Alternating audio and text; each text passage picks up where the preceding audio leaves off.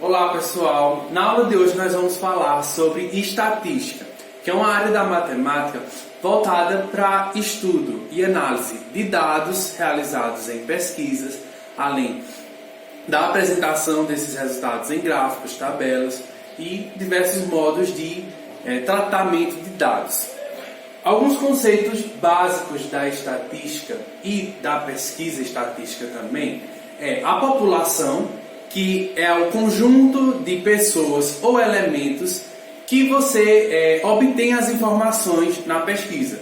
Tá? Então você vai realizar uma determinada pesquisa, aquelas coisas que serão pesquisadas, as pessoas ou os elementos que vão ser analisados naquela pesquisa é o que a gente chama de população, é o total de coisas que vão ser analisadas. Porém, normalmente em muitos casos a gente não vai conseguir pesquisar toda uma população. Então a gente tem que escolher uma parte da população para ser feita essa pesquisa, que é o que a gente chama de amostra.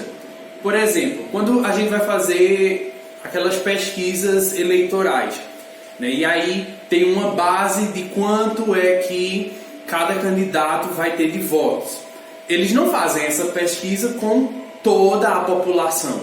Eles selecionam uma amostra para fazer essa pesquisa, ou seja, eles selecionam apenas uma parte da população para realizar essa pesquisa. Essa pesquisa não é realizada com toda a população, né? Então eles selecionam uma amostra.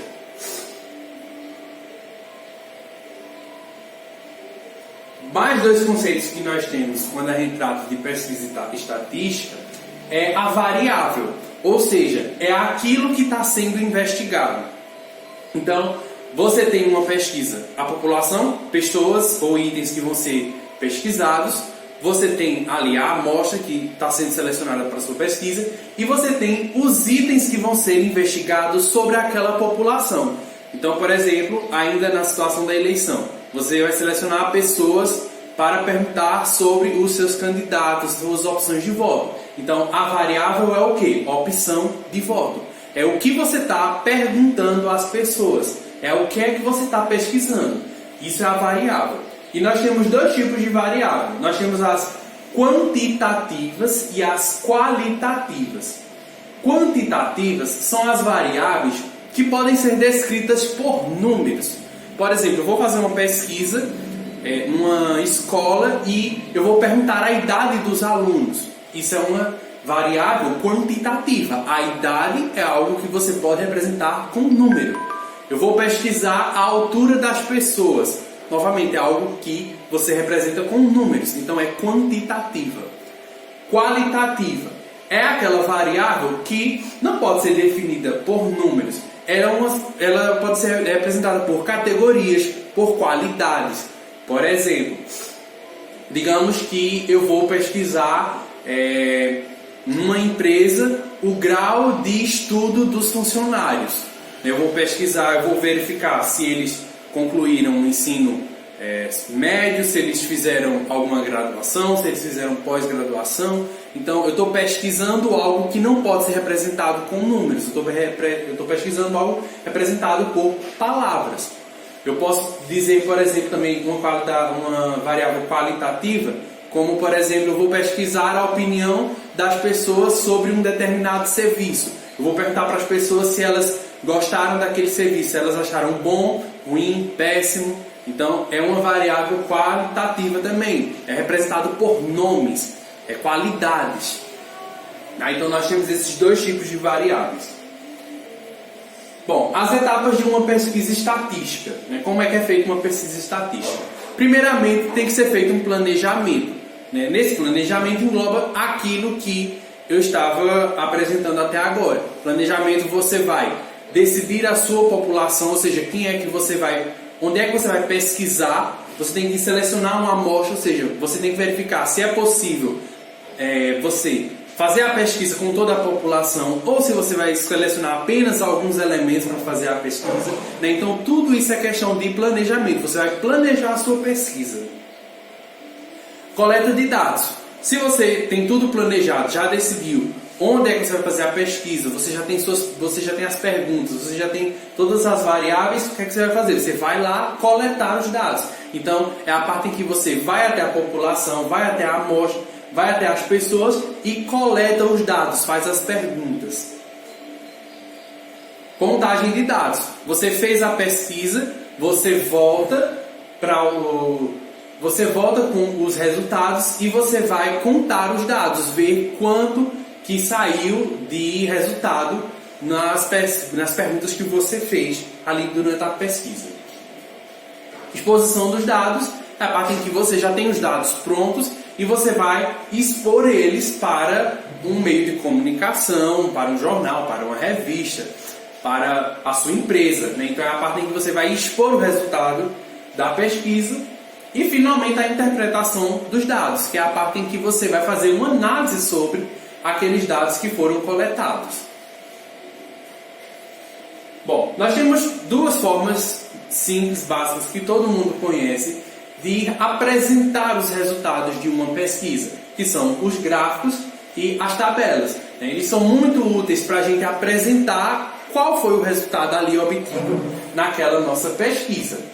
As tabelas, elas são mais simples normalmente, então elas são mais para organizar as informações e apresentar de uma forma bem simplificada. Então uma tabela é simplesmente para você organizar os dados e apresentar de maneira mais simples.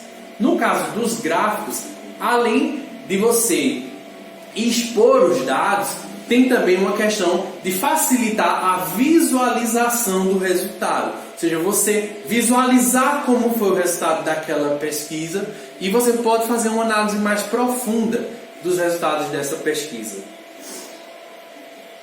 Bom, as tabelas a gente apresenta elas em linhas e colunas, né? Então a gente organiza as informações tanto aqui na horizontal, em linhas, quanto na vertical, em colunas. E aí você associa os resultados, os elementos que estão nas linhas com o que está na coluna. Por exemplo, aqui eu estou falando da composição étnica do Brasil em 2010.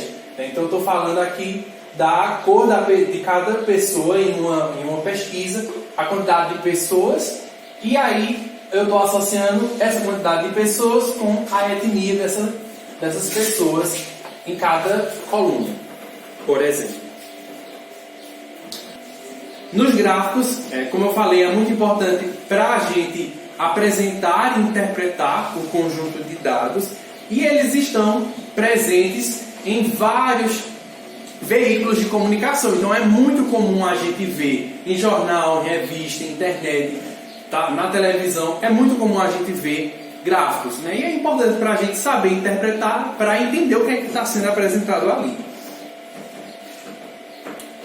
Aí nós temos alguns tipos clássicos de gráfico, né, que a gente precisa aprender e saber manusear, interpretar eles para compreender diversas situações. Nós temos o gráfico de barras, que é muito utilizado, né, e aí a gente representa eles com retângulos, só que pode ser tanto na vertical quanto na horizontal, né? Então nós temos gráfico de barras verticais e gráfico de barras horizontais.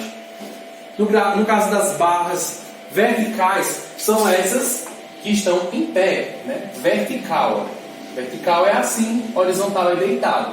Então, gráfico de barras verticais, nós apresentamos, né, a quantidade descrita colocando um retângulo na vertical. Nesse caso aqui eu estou falando da população mundial, aqui eu estou colocando os continentes e aqui eu estou colocando uma barra que representa a quantidade da população desses continentes. Estou falando aqui que na África tem um total de 1.186,2 milhões de habitantes. Então, é uma forma de eu associar aqui os continentes com a população, representando com barras verticais. No caso das barras horizontais, é a mesma ideia, porém as barras são deitadas. Tá? Então, dessa mesma forma aqui, estou falando de uma pesquisa que está relacionando aqui a região com uma determinada porcentagem. E aí eu coloco a região, coloco aqui a barra deitada até chegar no valor que eu quero representar. gráfico de linhas também muito comum.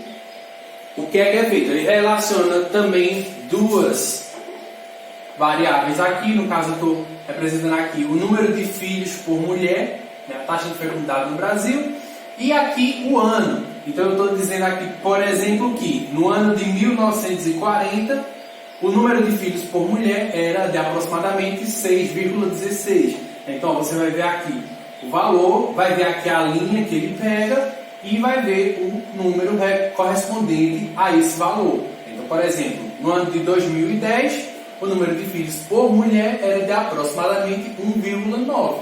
Então quer dizer que toda mulher tinha, em média, aproximadamente 2 filhos por mulher. E para terminarmos, o gráfico de setores, que é representado, né, como algumas pessoas falam, gráfico de pizza, porque é um círculo e aí ele é dividido em setores. Tá? Cada partezinha dessa é o que a gente chama de setor. Observem que no gráfico de setores, normalmente a gente apresenta os dados em porcentagem, que normalmente é um gráfico que a gente utiliza para comparar o pedaço com o todo.